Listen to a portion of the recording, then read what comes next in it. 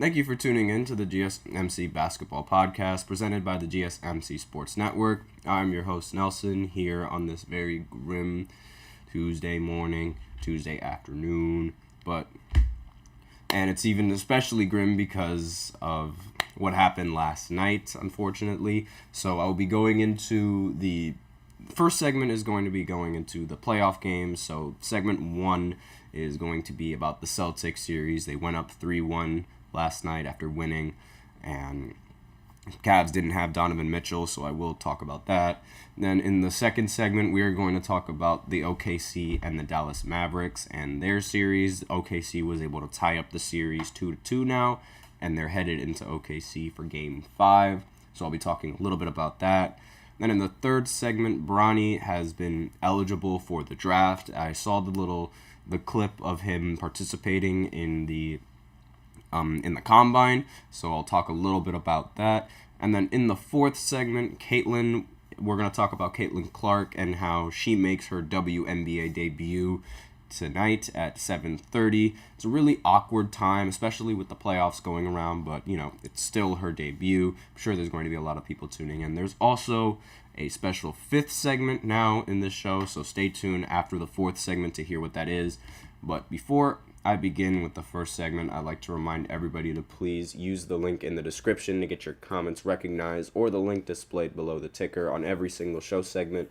The link is GSMCpodcast.net. Really helps the show, makes the show much more interactive between myself and you guys. Once again, the link is GSMCpodcast.net. And with that out of the way, let's go right ahead and talk about the Boston Celtics and their series against the Cavs. A lot of people are really upset at how this series has been played out, simply because the Celtics seem to have the easiest road to the finals ever. Compared to the playoffs in the Western Conference, it seems like they have the easiest way to get to the finals, and a lot of people are very upset about it, and a lot of people think it's rather unfair. Obviously, that's just the rest of the fans hating because, if they hate us because they ain't us kind of attitude. I'm not a Celtics fan, but that's essentially what Celtics fans are going to be thinking. They hate us because they ain't us. And that's really how the case would be. I mean, I feel like anybody whose team is put into that situation, they would be saying the exact same thing, and they would think, well, it's not really that easy, but it's easier than it needs to be. And the reason why I say it's easy is because the Cavs just lost their best player, Donovan Mitchell, in this game. He was ruled out and due to a calf strain. So because he's ruled out, obviously being the best player, that was their one chance of being able to do something in this series. And even with Donovan Mitchell, the Celtics were still going to be favorites, and wouldn't be surprised if they would be double-digit favorites going into the postseason and continuing. That's just how good the Celtics are compared to the Cavs. But now that Donovan Mitchell is going to be out for this series, now that Donovan Mitchell was out for that last game, it was relatively easy for the Boston Celtics to come out with the win. But ironically, the game did not end in a blowout. Final score was 109-102, so the Cavs sort of gave them a run for their money. But it's not like the Celtics, they played bad.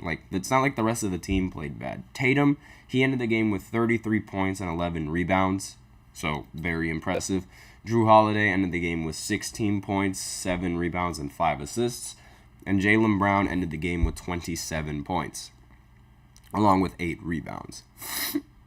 The rest of the squad, Derek White, he didn't really play that well, but it wasn't needed, obviously. And this is sort of this goes back to what I was saying on the previous podcast. If one of the players wasn't playing well in that starting lineup, then they had several other players to go ahead and cover for him. And those players ended up doing their job. Jason Tatum and Jaylen Brown, they were covering for Derek White's lack of offense since he wasn't picking up the slack. and it resulted them winning.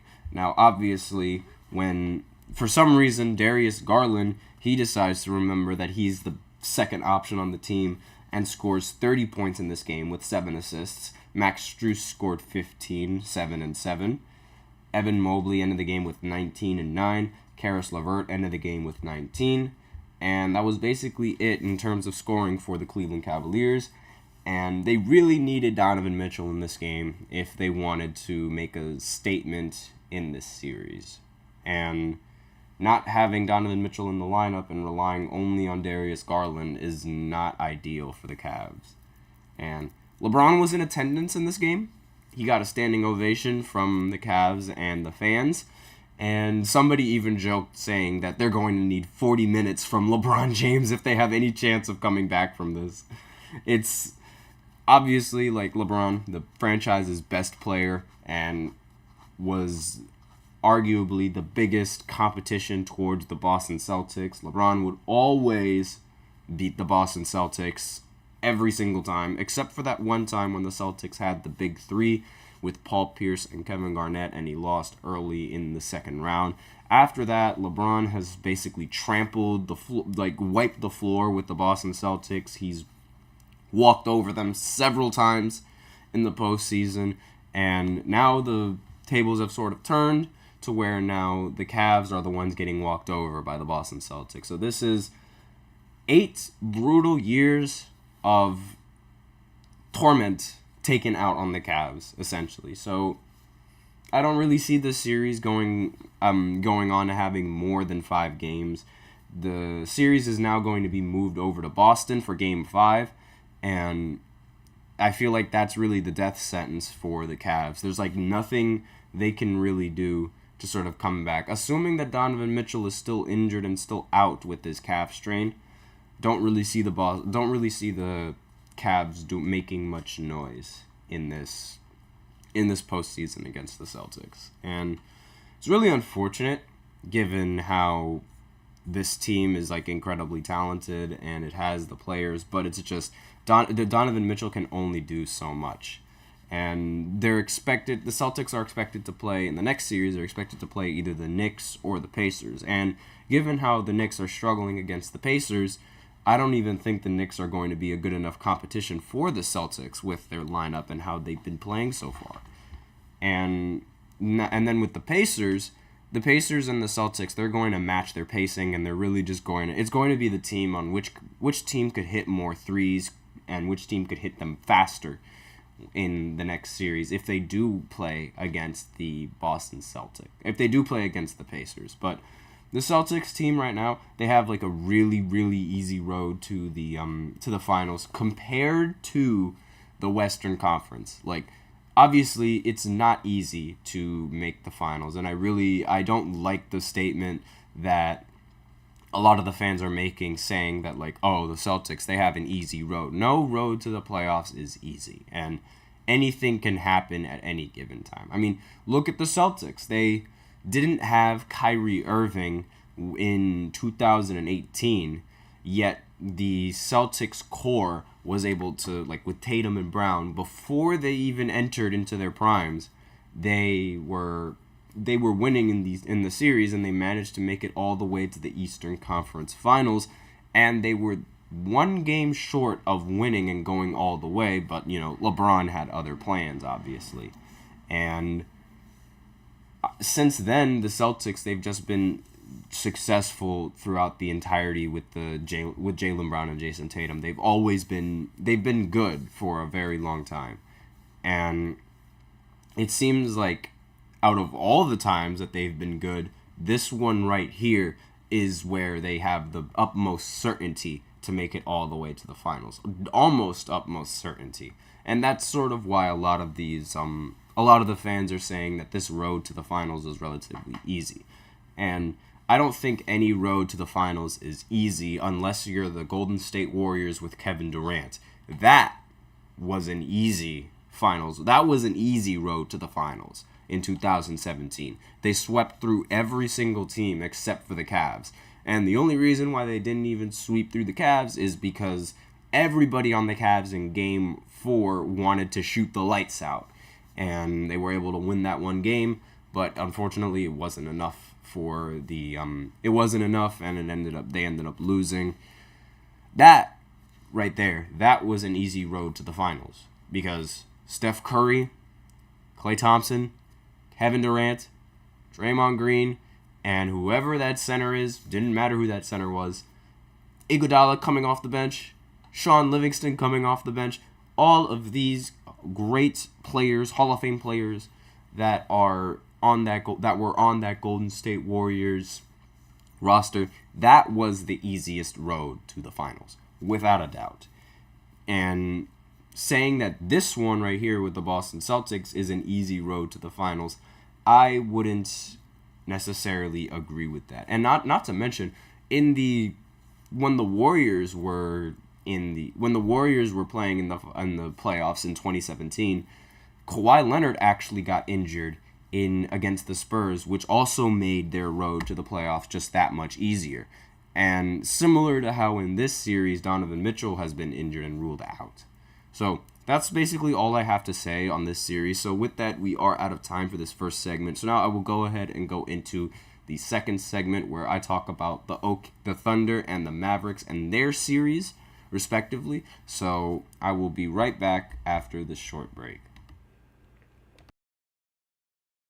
I feel like I'm losing my mind. Is everybody in the world blind? Please, Lord, give me a sign, a sign. I feel like I'm losing my mind. Is everybody in the world blind? Please, Lord, give me a sign, a sign. I wanna be the greatest. Everybody on the fake shit. I look around and feel like everybody is the fakest. I make this every day and I'm impatient, hoping one day I blow up from the basement. Statement, the top is so vacant. I don't hear shit that I think is amazing. Waiting for my day when I'm playing sold out shows for 1,000 faces. Hey, give me that crown. Get in my way and to be put down. It ain't your place, all this my town. If I want that shit, then I'll get it right now. I'm losing it, the noose it fits. Some losing shit, a stupid myth. You choose to live or choose to dip. You choose to fight or lose your grip and lose a gift. I feel like I'm losing my mind. Is everybody in the world blind? Please, Lord, give me a sign, a sign. I feel like I'm losing my mind. Is everybody in the world blind?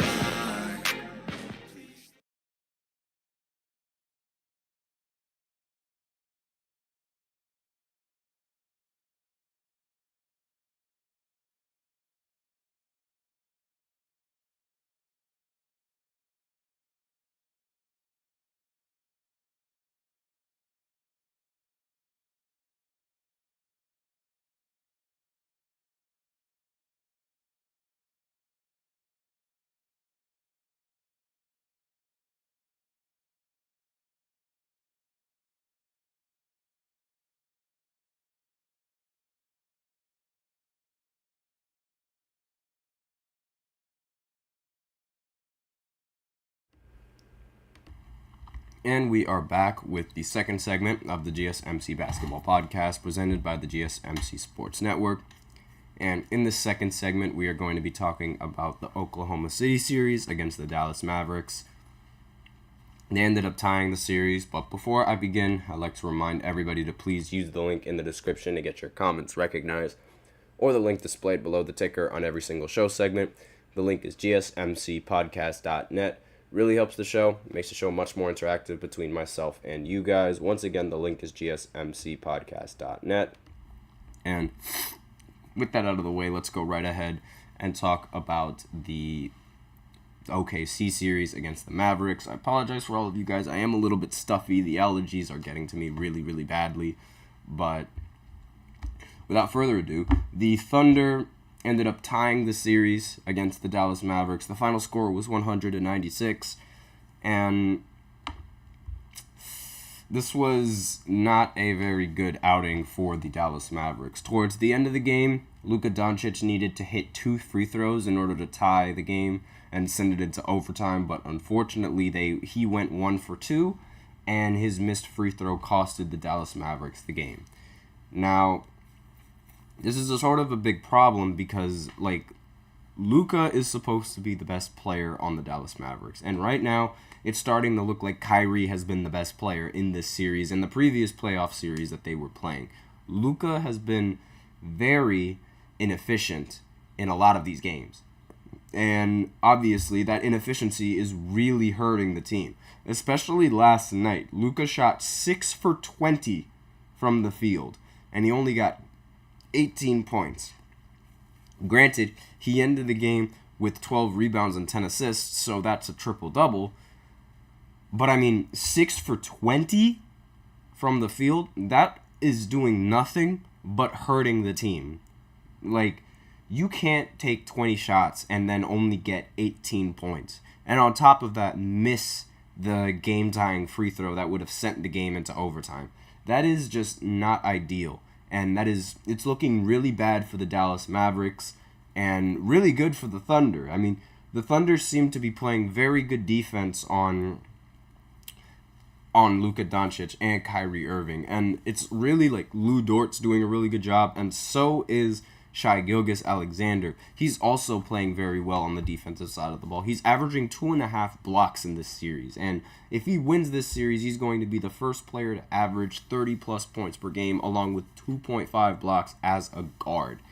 And with that in mind, that's very, very impressive coming in from Shai. And he's only making the statement towards Shaq that, he definitely... Remember when Shaq was saying that Shai deserved the MVP? Right now, Shai is somewhat proving it in this series. And in every single game that the Thunder... Just about every single game that the Thunder have played in this series, Luka has scored 30 points or more, or roughly around 30 points. And that consistency coming in from Shai, especially with the shots that he's taking, is astonishing. He's averaging... Okay, so he had 34 points in this previous game, and he didn't take a single three-pointer. So, obviously, he did take a lot of mid-range shots, and he did shoot 14 for 27 from the field. It was less than 50%, but granted, 34 points, still very impressive. It was rather inefficient, just a little bit, not entirely inefficient, just a little bit. But other than that, 34 points, you can't really argue 34 points. That was, without that 34 points, the Mavericks, they wouldn't have, the Thunder wouldn't have been able to win this game. So now the series is tied 2-2, and it's going to OKC in hopes of ending the series, in hopes of taking a 3-2 lead, thus giving them a better chance to end the series in Game 6. So, and the rest of the Thunder team actually shot very poorly in this game. Lou Dort went 4 for 14. Jalen Williams went 5 for 15 in this game. Even though, Jalen Williams, he ended with 14 points and Lou Dort ended with 17. That's still hurting your team with how inefficient you're shooting. And Aaron Wiggins, he ended the game shooting really badly, 2 for 7. And the man who I will not mention his name anymore, he also went 2 for 8 and got 5 points. You guys know exactly who I'm talking about. I'm not going to mention his name. I just don't want to. And the rest of the players on the entire team shot 25% from 3 and 38% from the field goal. So it was really down to the best players on each team to capitalize for them in the final minutes, and Luka just couldn't do it. PJ Washington, he ended the game 7 for 19 with 21 points. Kyrie Irving only took 11 shots, 4 for 11, and 9 points. So it would seem that his struggles in the postseason continue. He's never had that problem when he was on Cleveland, I'm just going to add. He's always been he was very, very consistent when he was playing on Cleveland in the playoffs. But after playing on Cleveland, he sort of regressed in the postseason in his performance. With the Boston Celtics, he was very disappointing. The Celtics ended up going farther without him than they did with him, both the previous season and the next season afterwards in that bubble. So it didn't really look good for Kyrie in the postseason. Not to mention Kyrie did get injured with the Brooklyn Nets in the postseason. So it's a rarity that we even see Kyrie in the postseason. But the last few years that we've seen him in there, it's been rather disappointing. So in order for if the Dallas Mavericks have any hope of winning this series, they need to get a much better performance from Luka and Kyrie, because it could not be any more important now.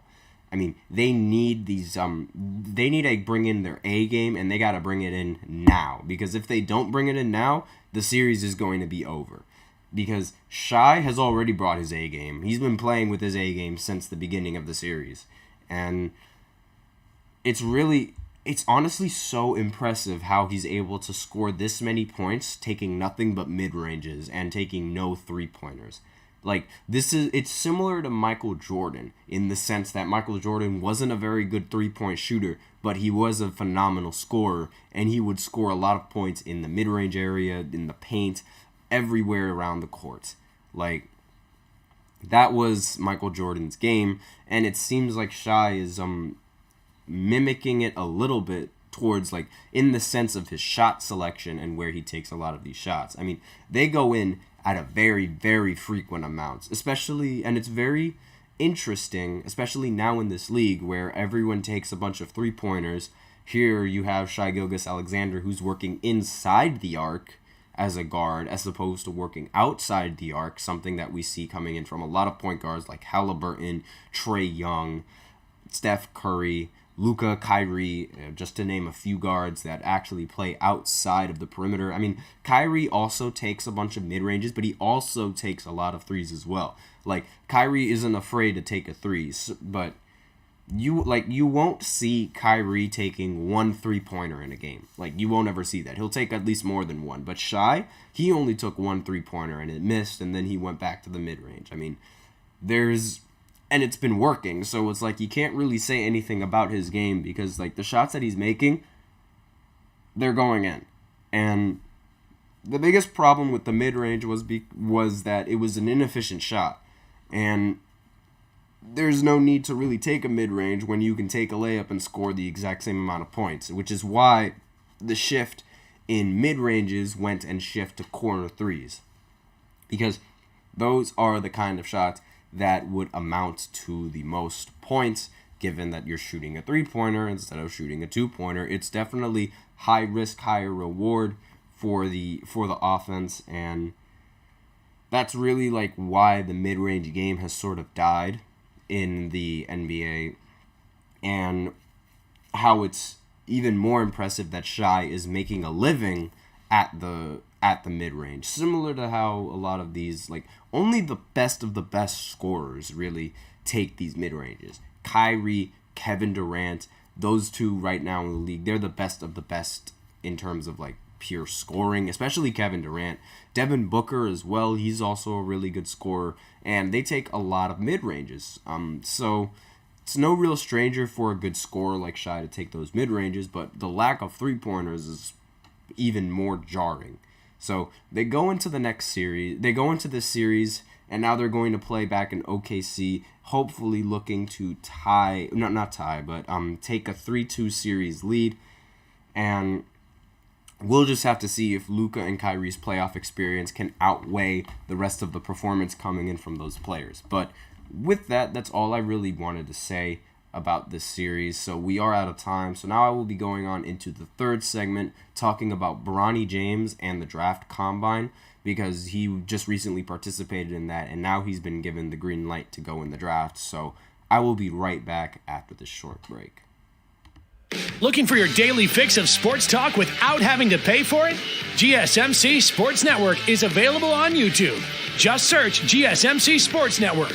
Get your fix of daily sports talk shows on YouTube, absolutely free. NFL, college football, NBA, MLB, MMA, UFC, fantasy football, and so much more.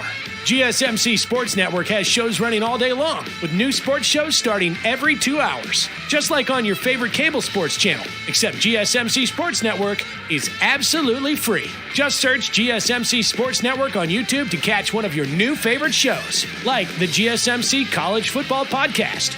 Chip Shot Football Podcast, Hoops and Heels Women's Sports Podcast, GSMC Basketball Podcast, and so many more. Check it out for yourself. GSMC Sports Network, now available on YouTube absolutely free. Search GSMC Sports Network on YouTube right now.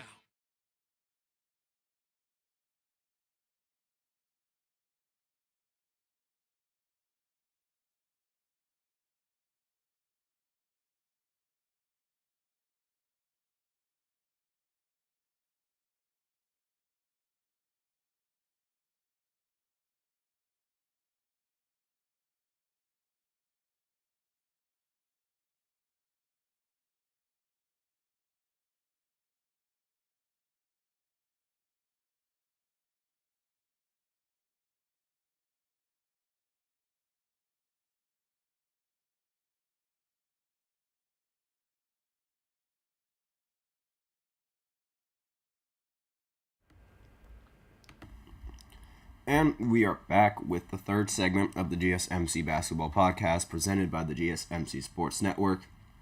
And in this third segment, we are going to be talking about Bronny James and his eligibility for the draft.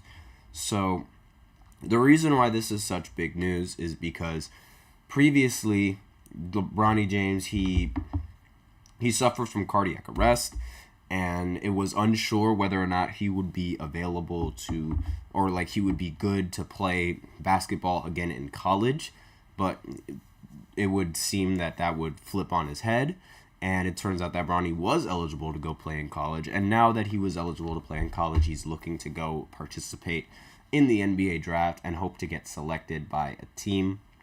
So, I've said before that the biggest reason why anyone would want to draft Bronny is because of the chance of playing with LeBron James and LeBron being on the team for you, because obviously LeBron, he wants to play with his son, and the time frame for LeBron's career and the end of it is looking to be like maybe 2 years, maybe even a little bit less. Like, LeBron previously said that he's looking to play at least, or like 1 year or maybe even 2 more years, depending on what his body says. I think that LeBron is going to continue playing until he literally cannot play good basketball anymore.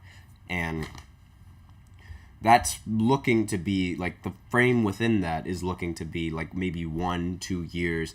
I mean, I know we said the exact same thing, like, 5 years ago, 6 years ago, when LeBron was still on Cleveland even. Like, we said that this wasn't going to last maybe another 2 or 3 years, yet it continues, and LeBron is he's a different breed, really. He's the greatest basketball player to ever exist.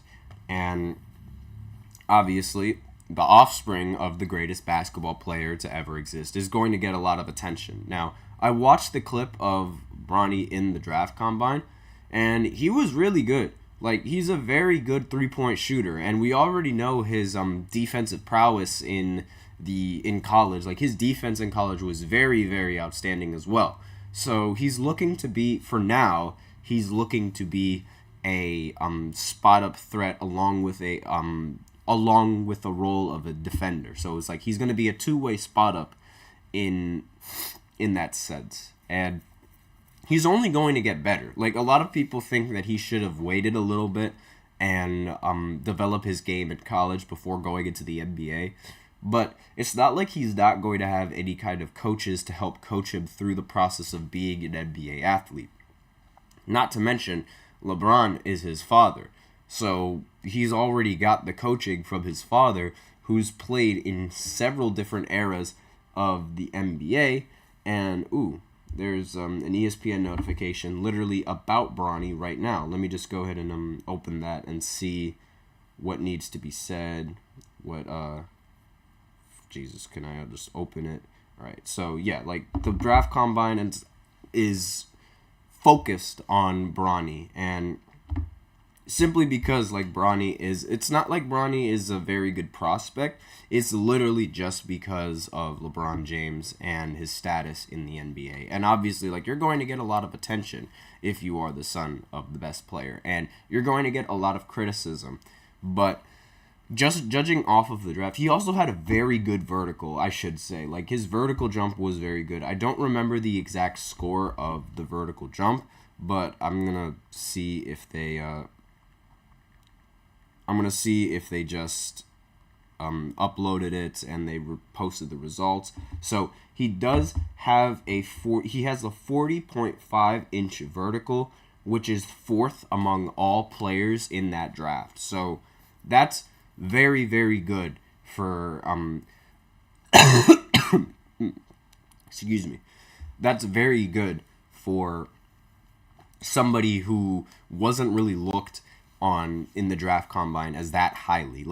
He's very athletic as well. So the potential for Bronny is way more than just being a perimeter player and it's more than being a straight up defender and a spot up shooter.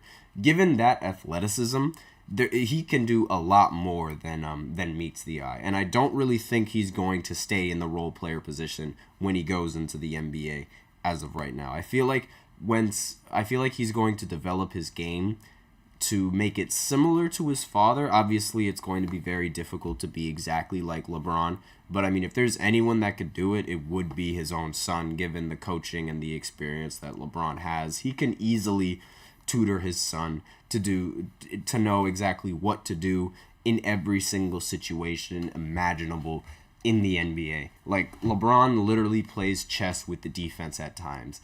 And almost every single time he gets the shot that he wants, and he gets the right shot that needs to be taken in the offense. And that's going to be a very valuable skill for Bronny to have, assuming that LeBron teaches him well. I mean, there's no reason to think that he wouldn't teach him well, but this draft combine, it sort of opened my eyes to the possibility of Bronny actually being more than just a 3-and-D player. I mean, that vertical jump, 40.5 inches, that's really, really good. And obviously, it's not the highest vertical ever recorded, but this is, it's astonishing just how he's going to... And I'm very excited to see how, where Bronny's going to get drafted. And obviously, the Lakers showed interest in drafting Bronny. I wonder whose executive decision that was. LeBron. But I wonder if there's going to be a team that tries to steal Bronny from the Lakers and try to get a trade in. I wouldn't be surprised if that's the case, and I really wouldn't be surprised if LeBron decides to trade a lot of the assets that they have just to play with his son. I mean, he's also looking to stay on the Lakers in the hopes of winning a championship there again as well, but again, it's not really looking good. But I mean, he made a very good first impression in this draft, and that's what a lot of reports are saying, and what a lot of people are saying as well. That's the, again, 4th highest vertical among all the participants. That's very, very good. And everyone was talking about it. So he went a full minute and 15 seconds without missing a movement in the shooting drill as well.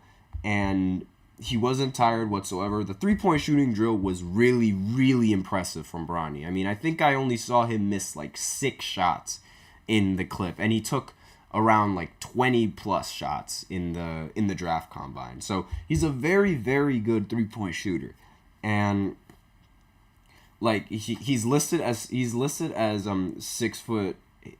He's listed as 6'1.5" without shoes. His wingspan is 6'7", and his standing reach is 8. So, with all that in mind, again, really stuffy. It seems that he would be he would be playing that guard position given his height, but he seems a lot taller than being a guard. I would think he's a small forward, but granted, since without shoes on, he's relatively short.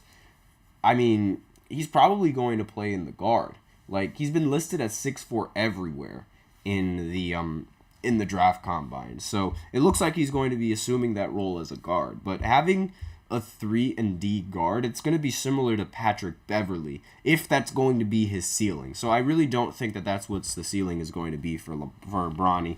But that's really all I got to say about the draft combine, and that's all I've seen from the draft combine from Bronny. Like, he does show a lot of promise in this draft, and it's going to be very interesting to see which team is going to decide to bring him and hopefully get LeBron on the roster. But that's all I have to say about Bronny. So with that, we are out of time for this third segment, and I will now go ahead and go into the fourth segment and talk about the WNBA, because it is now the start of the WNBA season, and Caitlin Clark is going to make her debut. So I will talk a little bit about that after this short break, so stay tuned.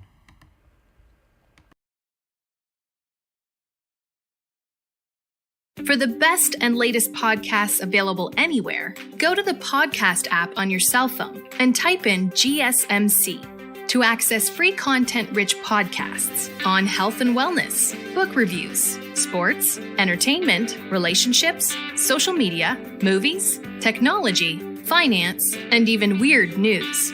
Subscribe and download the GSMC Podcast Network's family of shows, available everywhere podcasts are found.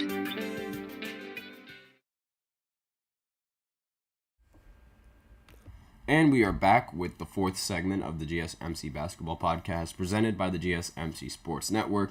And in this fourth segment, we're going to shift over to the WNBA and talk about the start of their season. So, previously, the preseason was going on, and that's where the hype around Caitlin originally started. And it would seem that a lot of people are being doubtful of Caitlin and her abilities in the WNBA, and I really don't understand why, because it's just a preseason game, and like, you still have to adjust.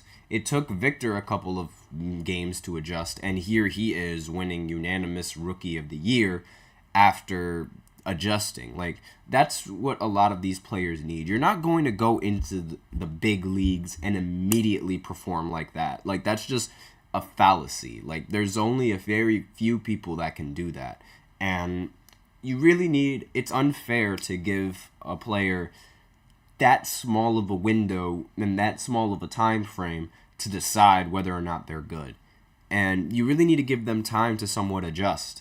So, with that in mind, this is going to be the start of the WNBA season. And the Indiana Fever, they're obviously going to be the most popular game going on. They start at 7:30 on ESPN+. And they're going to play the Connecticut Sun.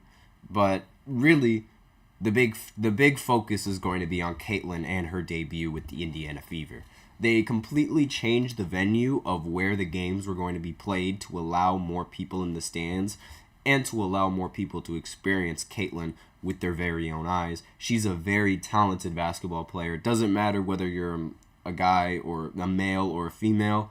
She is talented. And if you're saying that she's not talented, then you're just a hater. It's that simple.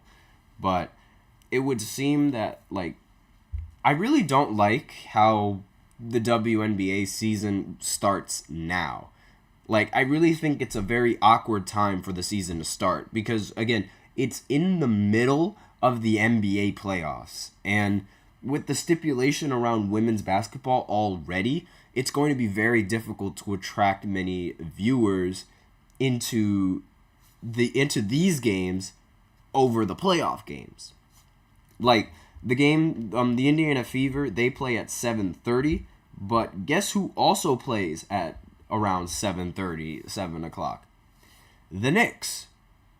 And given how the series is tied now, it's a very, very competitive series, a lot of people are going to want to tune into this game to see who's going to take the 3-2 lead and who's going to have the best chance of winning the series in the end.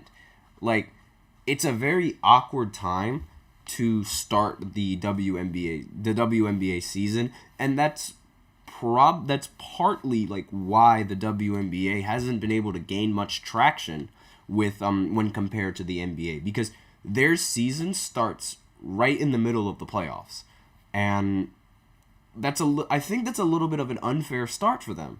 Like, it shouldn't start now with the second round. When it should start when every single NBA team is in the conference finals. That's when those WNBA games should start, because now that since we're still in the semifinal round, or the second round, however you want to call it, there's multiple teams that are going to be playing in one day. Like, you have the Pacers, and then immediately after you have the Timberwolves. If the WNBA season were to start a little bit later, where you only have one team playing at a time, like one team a day, then you'll be able to gain a lot more traction, because you can have, let's say, for example, the season were to start a little bit later and into the conference final round. So you'd have one game that would start, the NBA game that would start at like maybe, I'd say 9 or 10, but then you can have a WNBA game just before that, starting at like 7:30, thus on national television, thus gaining more traction and more attention from a lot of the fans, and therefore the WNBA would be a lot more popular, because right before the playoff game, they'll tune into the WNBA game. And it was very difficult to market the WNBA, but right now with Caitlin and with with the rest of the talent that came in from this draft class in the WNBA, like Cameron Brink and Angel Reese and all those other female athletes, like, now would be a great time to sort of maybe push back the season just a little bit. Like, in order to gain the traction that they need, because starting in the middle of the postseason where there's multiple games going on, like, it's going to take up a lot of viewership, because the games will start at 8 o'clock, and then there's going to be several other games in the WNBA starting at 10. Like the Phoenix Mercury and the Las Vegas Aces, they're going to be playing at 10 p.m. right when let's see, let me just go back to the NBA schedule. They're going to be playing right when the Timberwolves and the Nuggets are just about to start with the tip-off. And, like, it's bad timing. I mean, like, their games, they start 30 minutes before the playoff games, but still, not many people are going to want to tune into that, or even finish tuning into that game, as opposed to watching a playoff game in the NBA. Like, it's really difficult to compete with the NBA in the postseason if you are playing basketball. And not to mention, they also have a little bit of bad luck because the Olympics are going to start soon as well. And the Olympics are going to take up the viewership from the WNBA again. So it's really just bad. It's really bad timing. And I think it's really unfair, because I want to tune into these games, but I also want to tune into the playoffs. Like, I could flip-flop back and forth, but I want to focus on one game. And I really feel like if they were to play, maybe if they were going to start the WNBA season, I feel like these games should start a little bit earlier than 7 o'clock, when I understand it's prime time, but the NBA playoffs are going on. So you have to sort of adjust to the rest of the schedule of the NBA and to maximize that viewership. So that's basically like the only problem that I have with the WNBA. It's like when their season starts, because it starts in the middle of the playoffs and nobody talks about it. Like, nobody is going to talk about, now there's going to be people talking about the debut of the like the start of the WNBA season because of Caitlin Clark. But if it weren't for her, there was going to be zero coverage on the WNBA. There was going to be zero announcement that the WNBA season started.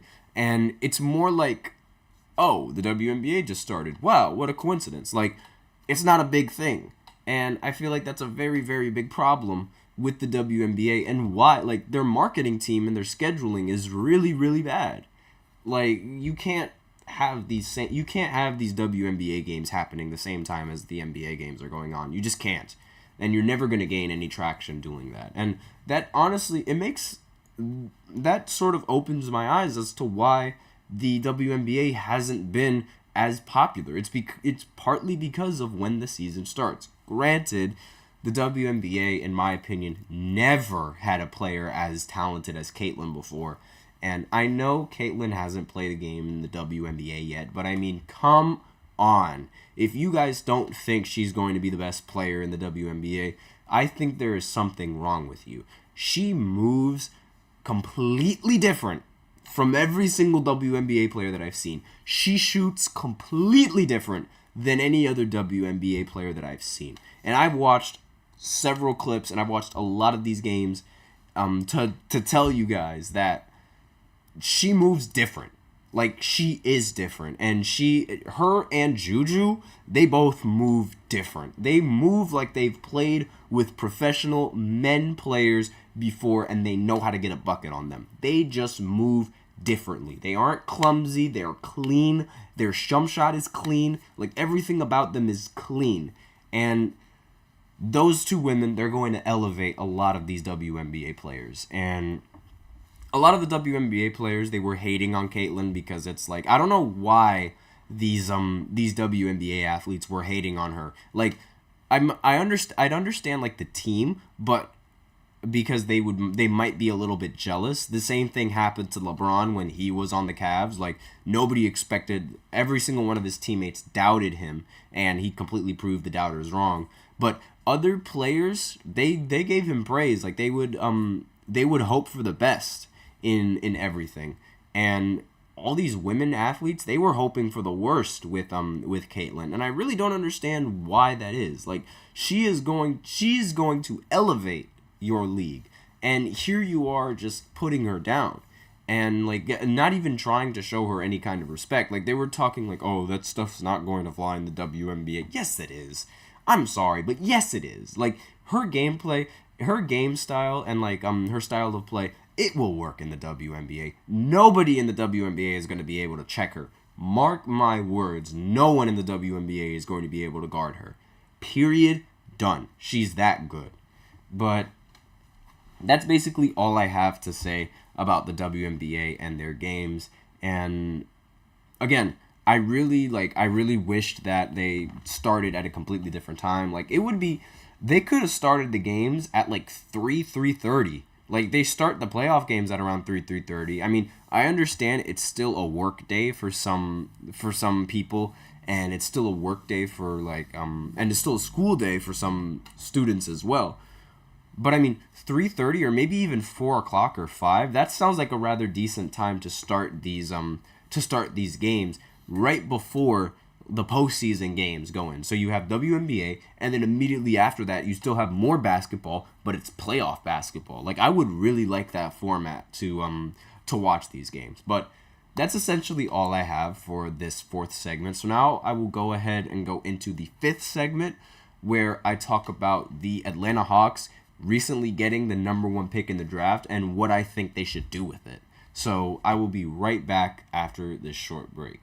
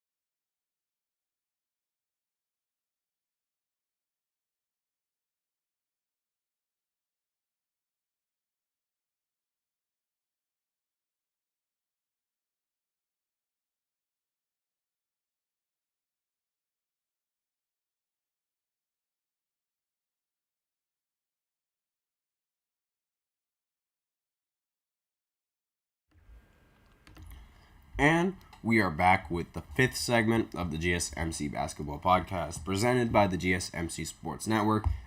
And in this fifth segment, we're going to talk about the Atlanta Hawks and them landing the number one pick. I grazed over it just a little bit in the previous segment because I wanted to make fun of the Detroit Pistons for losing the number one pick again. But now we're going to focus on the more important matter and what will the Hawks do with this number one pick.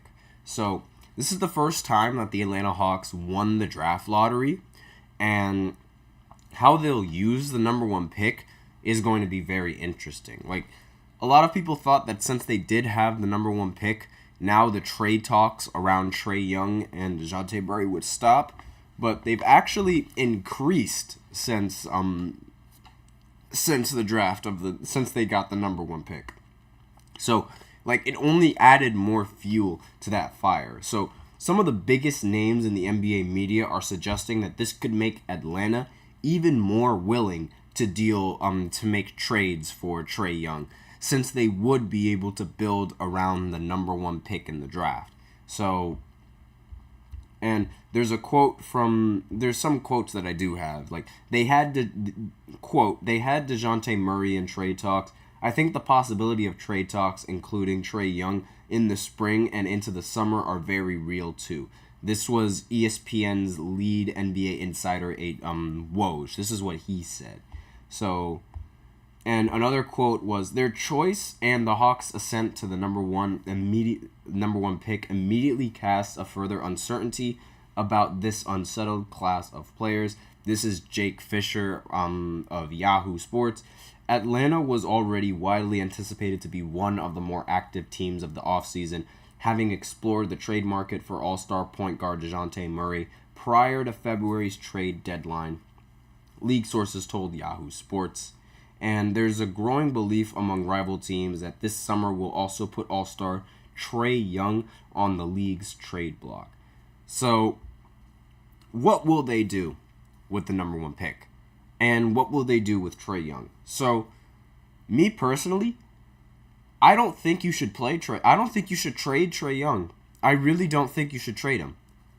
You have the number one pick. You can draft this a very competent center and to pair with Trae Young.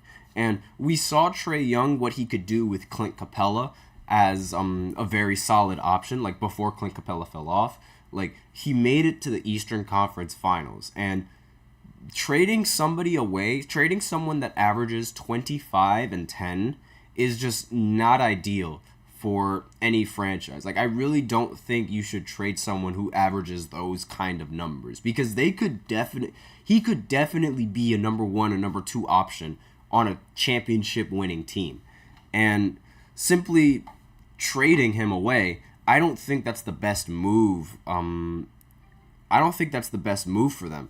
And there was this one center that's coming from, I believe it was France. I completely forgot I just blanked and I completely forgot his name. But he's a very good prospect, and he's projected to be the number one pick in the NBA draft. And with that center, Trae Young could definitely, we're obviously, having Trae Young as the point guard, it's going to make any center around him better because of how good he can run the pick and roll and because of how good he can run the offense.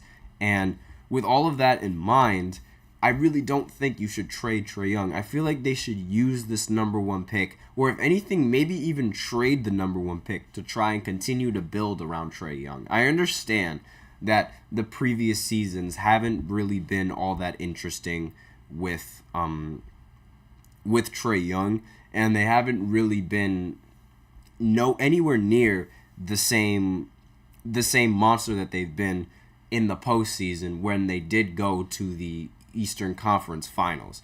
But I feel like that's not really in spite of Trae Young. And in the production meeting earlier, there is a fan of the Atlanta Hawks. He is an Atlanta Hawks fan. He also doesn't want the Hawks to trade Trae Young because he sees Trae Young as one of the franchise's best players ever. And like obviously the Hawks' best player in franchise history is like between Bob Pettit and really it's like Bob Pettit and Dominique Wilkins. That's another player that could compete for the best Atlanta Hawk ever. And he thinks Trae Young is like right there, or just coming off the cusp of being right there, because averaging a consistent 25 points per game along with 10 assists, like there hasn't been one season that Trae Young wasn't top 5 in assists. And like that playmaking is astonishing, especially since it's been with like every other team. Like the team has changed, and the skill around that team has changed dramatically. So the fact that he's been able to stay consistent with those 10 assists only goes to show how good of a playmaker he really is. And the biggest reason like why people would want to trade Trae Young is because because of how the Hawks were eliminated in the play-in tournament. Like it's a star-driven league, and it's been like prior to recently, Trae Young had never shown any inclination of playing anywhere else but Atlanta. But that tune changed about a month ago after the Hawks were eliminated in the play-in tournament. And he said on a podcast that he's not opposed to being traded, but he doesn't mind winning in Atlanta. Like, that's all he wants. He just wants to win. And you like Atlanta, they just gotta give him the best assets in order to win. Like everything in the world, the NBA is a what have you done for me lately league. Like right now, everyone is convinced that Brunson is one of the best point guards in the league, capable of leading the Knicks to an NBA championship soon. And then a few years ago, Trae Young was in the exact same position, except he has least led the Hawks to within a couple of games of the NBA Finals. Like, that's what he at least led the Hawks to a couple of games from the NBA Finals, is what I was trying to say. Like, the Knicks aren't going to sniff that. The Knicks may or may not sniff that same level of success when going up against the Boston Celtics.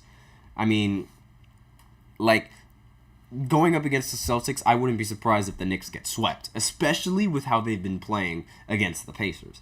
But the hype goes just as quickly as it comes.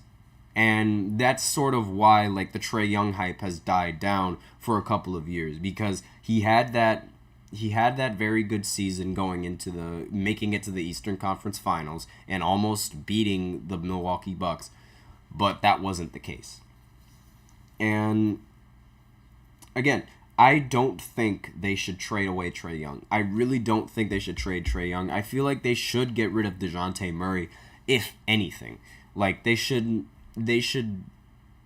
and I understand that this league, there is no loyalty in this league, but if you are looking at it from a loyalty standpoint, Trae Young has been there since the beginning, and he's been trying to help the team win ever since the beginning. It's only right to reward him by keeping him on that team and hopefully drafting well around him, because that's really like the problem with this front office, just not giving Trae Young the right pieces that they need to win in a lot of these important games. And I don't think they should trade him. I really don't. And I feel like they should use this number 1 pick to draft that highly touted center that I just can't remember the name of right now. I can't believe that I'm blanking on that name, but I'm going to see if I can find it right now in the draft list and projected picks for the 2024 draft, because I can't believe that I don't remember his name. I genuinely cannot believe that I don't remember his name.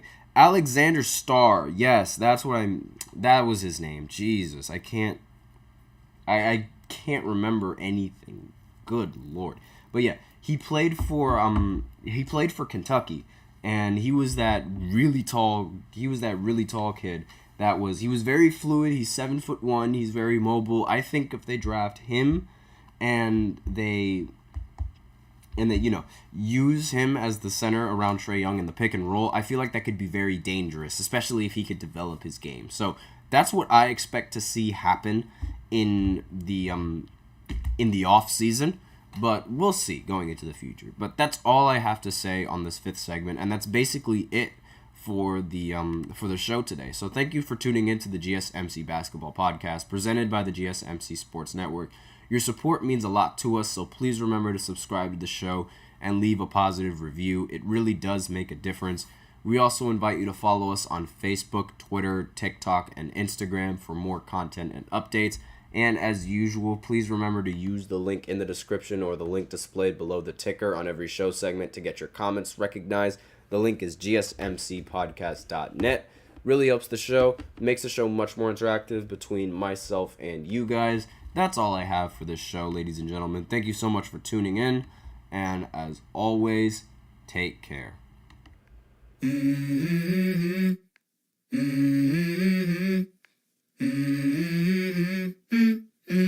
Let's go. I wake up to a little bit of drool on my pillow, feel like it's gonna be a bad day. Yeah, I'm tired of shit, and the coffee ain't hit yet.